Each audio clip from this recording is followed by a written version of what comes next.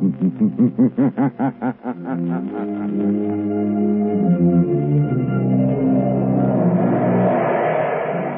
Coal presents The Shadow, the man of mystery who strikes terror in the very souls of sharpsters, lawbreakers, and criminals.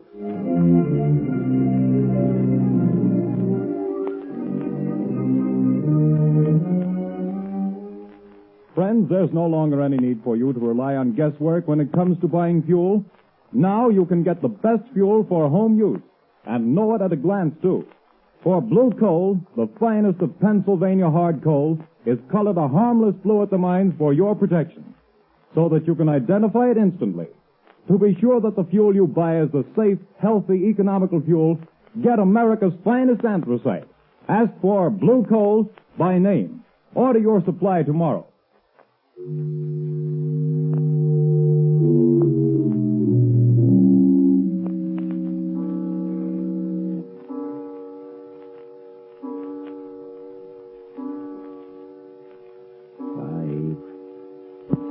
Arthur, don't, 7, please. 8, 9.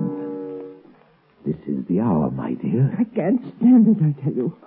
Always at 9 o'clock it comes. But if I hear that horrible thing again, I'll go crazy. Oh, this awful house. But it's quiet, my dear. Way out in the country like this, I can install my laboratory here as soon as I get around to it. As for these strange sounds, well, haunted houses have always fascinated me. I've always wanted to meet a ghost, shake hands with him, invite him to tea. Stop talking like that. It's serious. Oh, I've tried to stand it for your sake, Arthur, but I don't know how much longer. My heart isn't strong, and I... Hear it? But that's only the wind, isn't it? No. It always starts like that.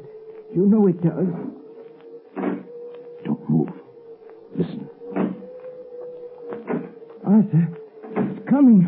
It's coming. It's coming. A ghost, eh? Well, we'll see. I'll meet him this time. I'll meet him halfway, too. Stop! Stop! Come. We'll both meet him. Give me your hand. No! Carolyn. Carolyn, it stopped. Can't you hear me? Goodness me. Has the shock killed her? No, her heart still beats. She's only fainted again. Just pass out here.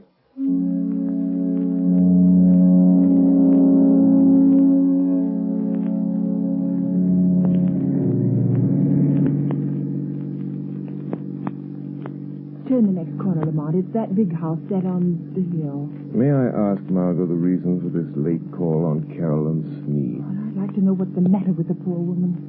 I got an awful shock when I saw her in town last week. She looks positively haggard. I never saw such a change come over a person. Married life may not agree with her. She was a spinster for close to 40 years, wasn't she? I know, but I think she was foolish. Carolyn has nearly $1 million in her own name. She didn't have to marry. Yes, but right now I'm not the shadow. Remember, I'm just your patient chauffeur, darling. Lamont Cranston, in need of a rest from my famous mystery man role. That last adventure took a lot out of me, you know. Well, a marriage problem is hardly as... Seriously, though, nobody knows anything about this man she married. He came into town 6 months ago, met Carolyn in some accidental manner at the county fair, and proceeded to rush her off her feet. I've met him only once, but I don't like his looks. Something sinister, I gather. Hence the shadow idea. Well, who is he anyway? Professor Arthur Sneed, I believe he calls himself. He has a small office in town where he's supposed to be working on inventions or something. Well, here we are. Usually pretty level-headed, Margot, but don't let your aversion for this man we're seeing be too apparent.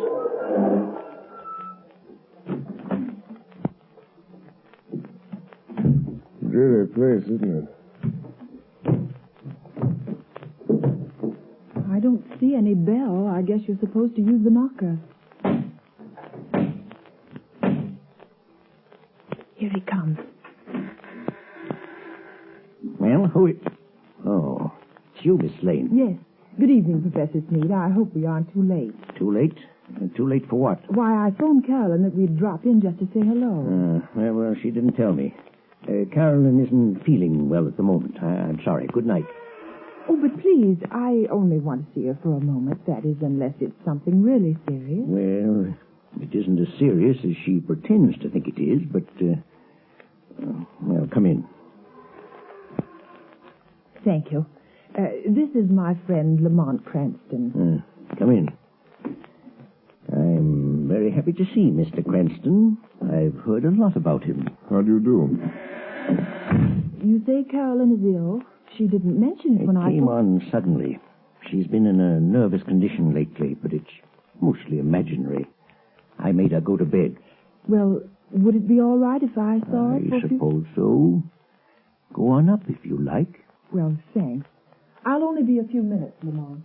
What seems to be the trouble with your wife, Professor Sneed? Oh, she's run down, I guess. Frightfully nervous. She has some absurd notion that this place is, haunted. Haunted? It's only the wind, of course, and the creaking of an old house. Ghosts. She keeps talking about ghosts. And I can't persuade her that there are no such things. Of course, old houses have a habit of getting themselves haunted, Professor. As for myself, I'm not so sure there aren't such things as ghosts. But surely, Mr. Cranston... Oh, not the conventional sort, perhaps, but... I mean people's spirits. Souls, whatever you want to call them. Haunting the places where they've been unhappy. Very interesting, I'm sure. But a lot of tosh. I put no stock in it. No? I'm just noticing that rather rare book on the table, Professor. Neuroses of Death. What?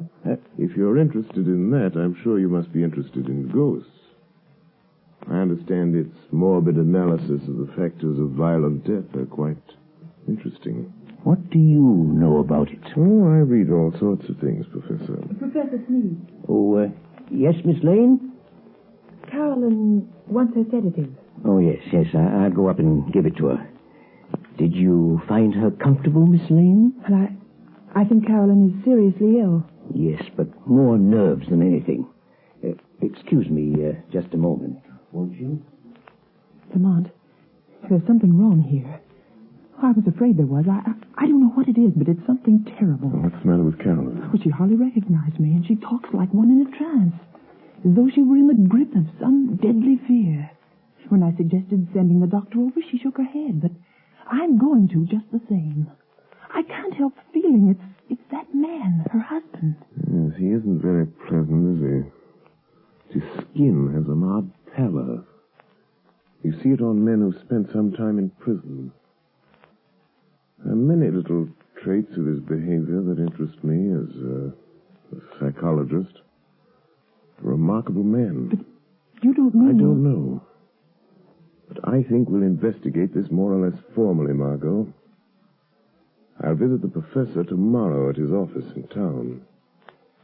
If there are ghosts involved here, perhaps the shadow can bring them to light.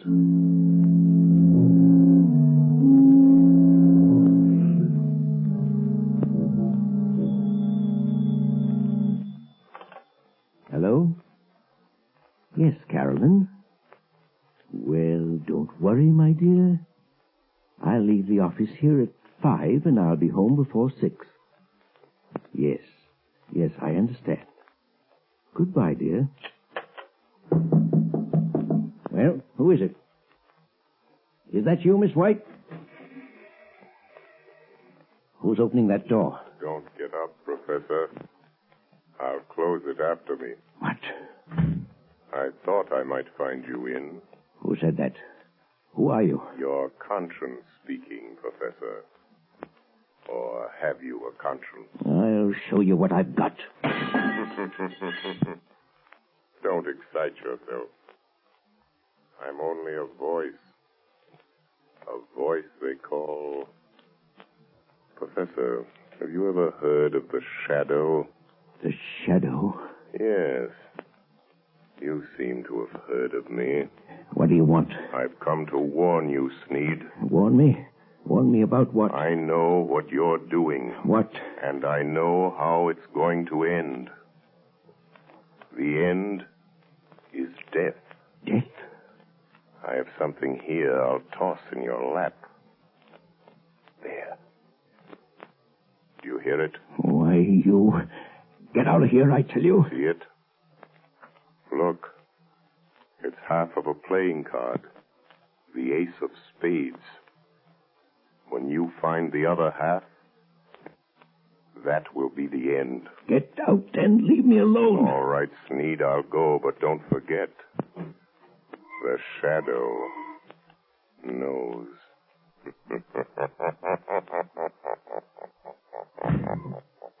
Trying to frighten me with his tricks.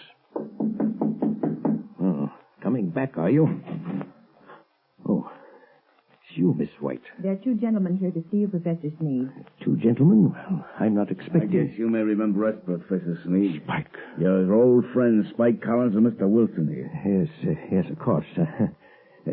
Please take those circulars on your desk, Miss White, and mail them at the post office right away. Yes, sir. Lock that door, right? Okay.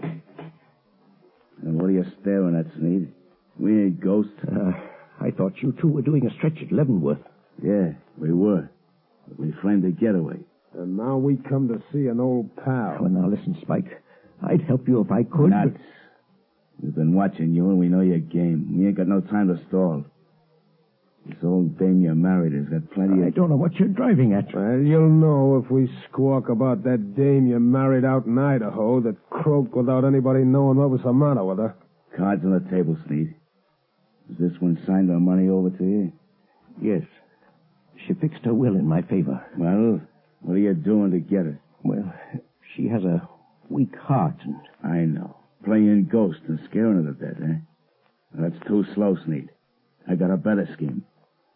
We break into the house. Stage your burglary, see? In a scuffle, the old dame gets shot. Dead. It's quick. No. You can't do that. No? You'll see.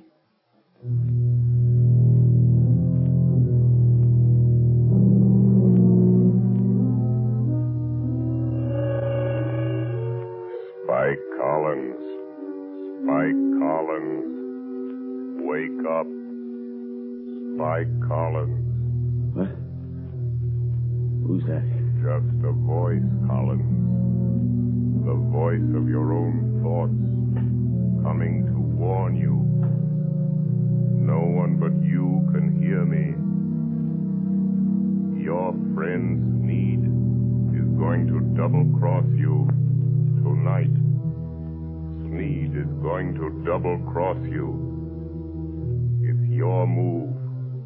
Be there to prevent him. Be there in time. 6 o'clock. Be there.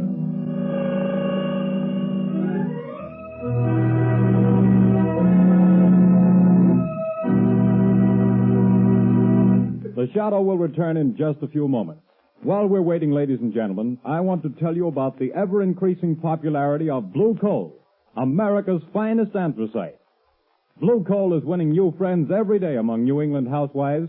They not only like the superior heat of Blue Coal, but they find that it simplifies housekeeping. This is because Blue Coal is so clean. It burns completely and does not send any particles of unburned carbon through the house to be deposited on furniture or woodwork. The drudgery of daily cleaning is reduced to a minimum with this clean fuel. Blue Coal is the largest single brand of solid fuel prepared especially for home use. Each car is laboratory tested at the mines for purity and size before shipment. Blue Coal is Pennsylvania's finest anthracite. So that you can personally identify this excellent fuel, it is actually colored blue at the mines. Order it by name. You will find the name of your nearest Blue Coal dealer listed in the Where to Buy It section of your classified telephone directory under the name Blue Coal.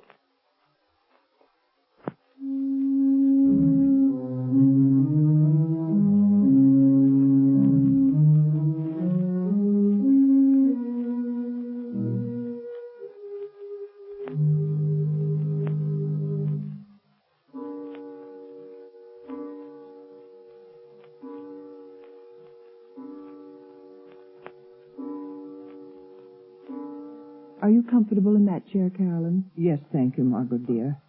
And I do appreciate your coming out here and staying with me. I'm glad to do it. But it's 6 o'clock. Your husband ought to be coming home pretty soon, shouldn't he? He phoned just before you got here and said he was starting. He seemed very agitated. Oh, he's a strange, unaccountable man sometimes. There are things about him I don't seem to understand. Yes, I know, dear. He has the car, I suppose? Yes, he's driving. He's probably on his way now. I've got to think. I've got to think of something. I know. We leave town. You're driving rather recklessly, Sneed. You again. I'm going to haunt you. Try to forget that I'm here in the rear seat, if it annoys you. No, don't look under the seat. If I could only see you, get my hands on you, I'd show you how much it annoys me. Shut up. I'm the voice of your conscience, Sneed. Perhaps you have a conscience. After all, I could choke that voice down your throat without any trouble to my conscience. if you only had the power of second sight, you could see me. That's an invaluable gift, Sneed. Being able to see things that other men can't. Some people call it mental telepathy. Some by other names. Remember, I can see the pictures you make in your mind. I told you about that. You can warn all you like. That's not evidence. Not in court. A lot of wild guesses that don't mean anything. Well, doesn't it frighten you a little, Sneed? I simply will you not to see me, and you don't. Careful. There's a truck coming down the road. Better sound your horn. Good Lord, the fool's taking up the whole road. It's going to hit you. Look out. It's gone. There wasn't any truck there. No. I willed you to see it. And you saw it. No truck at all. Just hypnotism. Gosh, I'm having hallucinations. But that's the way to dispel hallucinations. Drive straight through them. Be careful. We're near your house. And this old mill road is tricky. What about it? Look, Sneed. There's a man in the road ahead of you. There is, eh? Really? Why, it looks like one of your two pals that called on you today. I knew he would be here, Sneed. Really? You're going to hit him if you don't watch out. More of your hallucinations. You think that I'll believe you again, don't you? Well, I won't. Look out. I hit him. This time, it was no hallucination, Sneed. He was in front of you.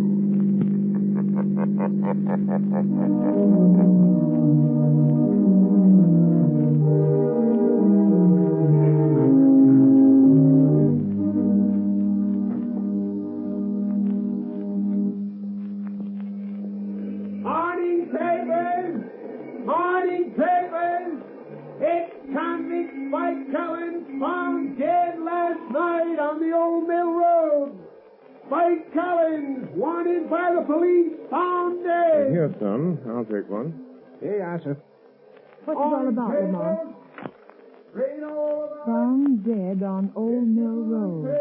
But that's out for the Sneed's place. Yes, I believe it is.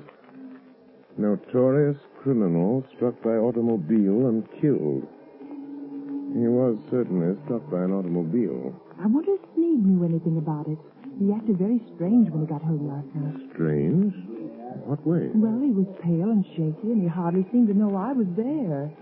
He told Carolyn that he'd had a message from out of town, and they'd have to pack and leave. Oh, did he say when? Well, they thought they could get their trunks and things ready by this afternoon sometime.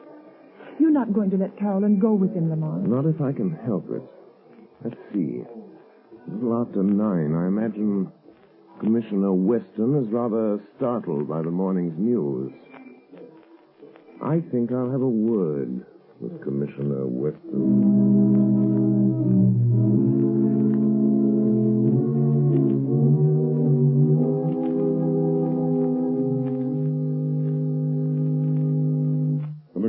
and they're sending Collins' body into the morgue. You went out there this morning and checked all details, Captain? Yes, sir, I did. And whoever hit him certainly smashed him up good. His face was all out of shape and couldn't recognize him. But we found these in his pocket. Now, let's see. A letter from his girl out west, looks like. Insurance policy. Library card of Leavenworth Penitentiary. And this ring, sir, that Collins always wore, with the figure 8 on it. Oh, yes. Well, it's a good job done, whoever did it. Tag that stuff and file it. Yes, sir. Let me know when the wagon gets here. Yes, sir. Police Department, Commissioner Weston speaking. Good morning, Commissioner. This is your good friend, the Shadow. Oh, yeah? Well, what the blazes do you want? To be of a little assistance, as usual. Yes, I see. I'm getting tired of this rigmarole, though heaven knows things happen when you phone. And what's the assistance today? Why didn't you investigate the ghost that haunts Sneed House, Commissioner, on the Old Mill Road? Well, you missed up on that one, Mr. Shadow. I don't put much stock in ghosts, but we went out there and checked up, searched the house. There's no evidence. No? Go again today, Commissioner. And this time, I think you'll get your evidence.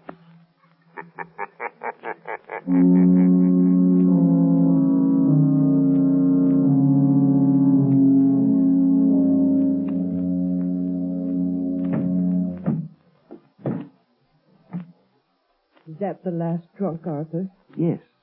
The expressman won't be here until 4. Another hour yet. Why don't you go up and lie down a while, Caroline, Yes, I will. I'll try to sleep a little now that it's daylight. You told the milkman we wanted to pay him. He's coming back before we leave. Good. Well, that must be him now at the back door. Get back. Get back. What's the matter, Sneed? Think you're seeing a ghost? Stop. Don't come near me. Nuts. Snap out of it, will you? This is me, Spike Collins. You? Alive? It wasn't me you hit with your car last night on that back road. Well, I guess you wish it had been, huh? Who was it then? It was Rat Wilson. Fool got half pickled trying to get up his nerve for the job. Staggered out on the road before I could stop him, and wham! It was all over. Wilson, eh? So there was my chance, see? Him and me about the same size, his face and hands all smashed flat. I put my stuff in his pockets, my ring on what was left of his finger. There I was, dead. And all that time you was giving me the double cross. And maybe I am a ghost, but I can still deal with you, Sneed. Who is it, Arthur? Just a minute, Carolyn. Now listen, Spike. There's only one way to see this thing through. You and I have got to stick together. The Shadow is after us both. We've got to get out together, away from this Shadow. Don't kid me anymore about the Shadow. You see this cat? I'm here on business and I'm going through with it. Put the old lady out of her misery. Good Lord. What's the matter? There. On the table. Nothing but a torn playing card. The ace of spades, or half of it. You've got to stop it, Spike. You've got to stop. Arthur, what's the matter? Who's this man? Carolyn, this is a friend of mine. Friend? Sure, a friend. But I don't understand. The pistol, Yeah, that's my way of doing business, lady. Your husband does it different. He's been scaring you to death, ain't he? Making you think the place was haunted. You know how he always does it? Stop it, Spike. He used to be an electrician, see? He rigs up a sort of electric sound box with a remote control switch. He usually puts the switch over here by the door. Yeah, here it is. what's it all about, Arthur? The ace of spades. The end. Death. When he turns the switch, you hear the ghost dance. All you have to do is turn this knob. That's the way it works, lady. But I hear it. Arthur, I hear it. Turn that thing off, you idiot. What? I haven't turned it on. You those sounds? I am. What's that? It's him. He's come. A shadow. I am coming up these cellar stairs. I will enter and stand beside you. Where is he? Stand back or I'll shoot. When I enter, I will touch one of you on the shoulder. Stop him. Stop him. And that one will die. Open over there. It's the cops. Come here, Steve. It's a plant. You called in the cops. No, don't shoot, Spike. The jig is up. You can have the bullet I was going to give your wife, you double-crossing skunk. Oh, you killed him. Come on, here we are. Go through that side room, boys. Okay. Stick him up. I got him. I'll stand still around. Break your arm. Now, hand over that gat. All right. I'm through. You win. Spike Collins. Spike Collins? I thought he was... Piece of bull. I thought you... Say, what is this? Who was that guy that got killed over here last night? Come clean, Collins. Whoever it was, I didn't do it. Who's that? Where are you? Don't be alarmed. I am here behind you, in the shadow. Oh. So you're here, Shadow, eh? Maybe you know who got killed here last night. The man killed last night, Commissioner, is a ghost. Oh, yeah? There are now 2 ghosts in this little adventure. Mr. Collins will probably make the 3rd. You really should believe in ghosts now, Commissioner. And in shadows.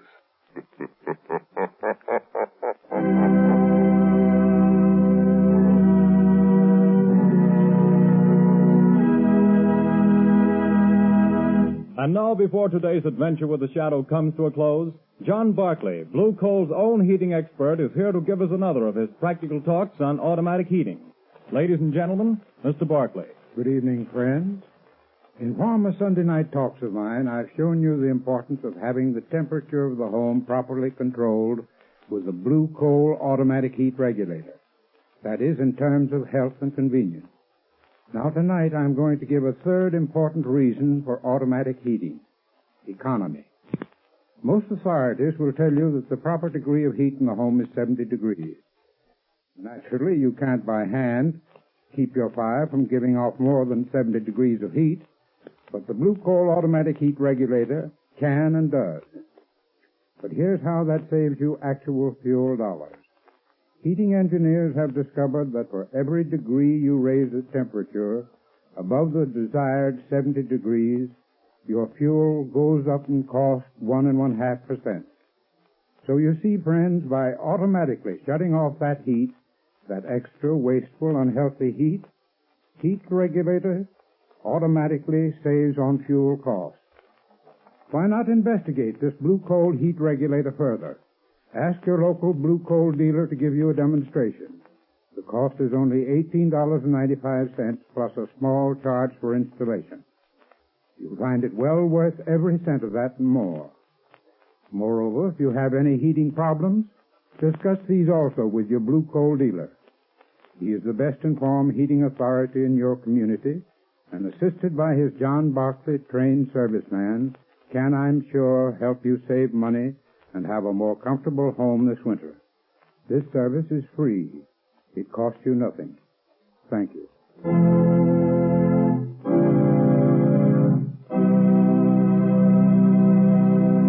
The Shadow adventure you have just heard is copyrighted by the Shadow magazine. The characters in this story are entirely fictitious. Any similarity to persons living or dead is purely coincidental.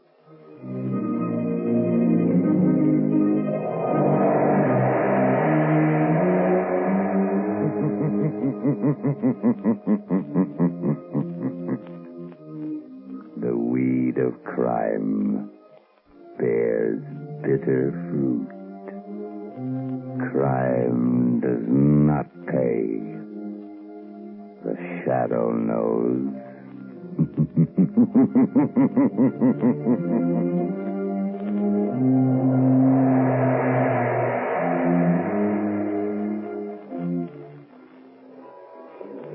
Extra! Extra! Hear all about it! Next week, same time, same station.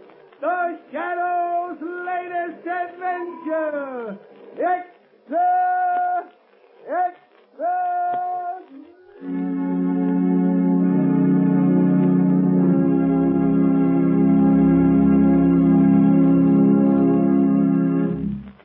Your announcer, Arthur Whiteside.